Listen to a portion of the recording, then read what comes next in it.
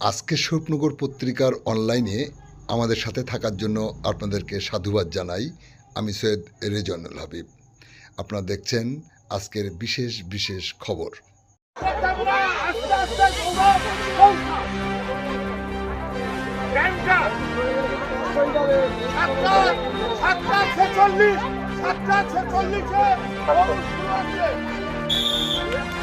আমাদের দল শুরু হয়ে গেছে।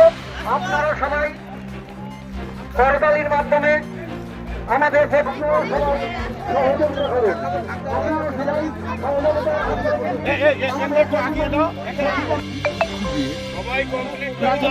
পিফির বাচ্চা দৌড়াচ্ছে।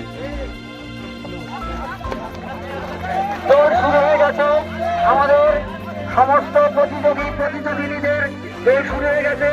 আপনারা সমস্ত গ্রামবাসী বৃন্দ বা দর্শক সকলে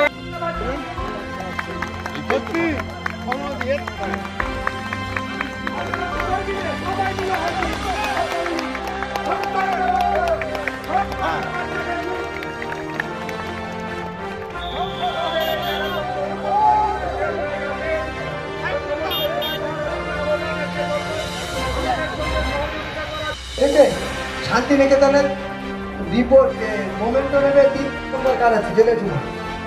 ওর যে ছোট বাচ্চা আছে 3 নম্বর জেলে ছিল, ওই একটা ছোট আছে এই যে এদিকে চলে আসবে তো চলে যাবে বড় মোমেন্টোটা পিছন থেকে যাও।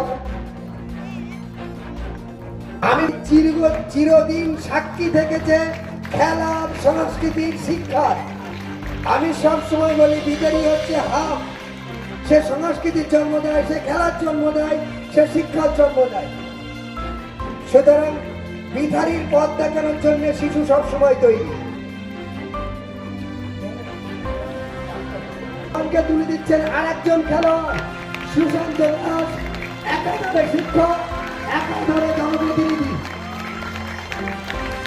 সুশান্ত দাস একাধারে খেলোয়াড়, একাধারে শিক্ষক, একাধারে জনপ্রতিনিধি। তিনি তুলে দিচ্ছেন রোহানকে। এইরকম আনন্দের মুহূর্ত আমার কিছু হতে পারে না। তার ফিজিক্যালি চ্যালেঞ্জটা, তার প্রতিবন্ধকতাকে ছাড়িয়ে তার বাবাকে এরকম একটা উপহার দিয়েছে যে এরকম একটা সন্তানের তিনি জন্ম দিয়েছেন।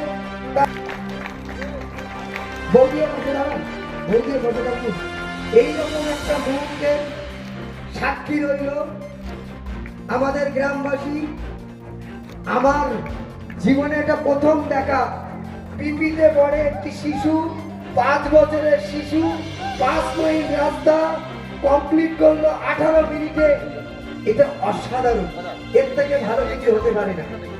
ফার্স্ট হবে, সেই জন্য ওর নিচে আমরা ওটা লিখে দেব যাতে ওটা ওর সাথী হয়ে থাকে। এবং এটাই হয়তো ওর প্রথম প্রাইজ, জীবনের প্রথম প্রাইজ। মানে এটা আরেকটা মানে অভিনব ঘটনা। এটাও জীবনের প্রথম প্রাইজ। আমরা দ্বিতীয় আরেকটা আমাদের এটা মোমেন্ট চাই। আমাদের কাছে অনেক নজির এসেছে। থ্যালাসেমিয়া পেশেন্টকে আমরা সবাই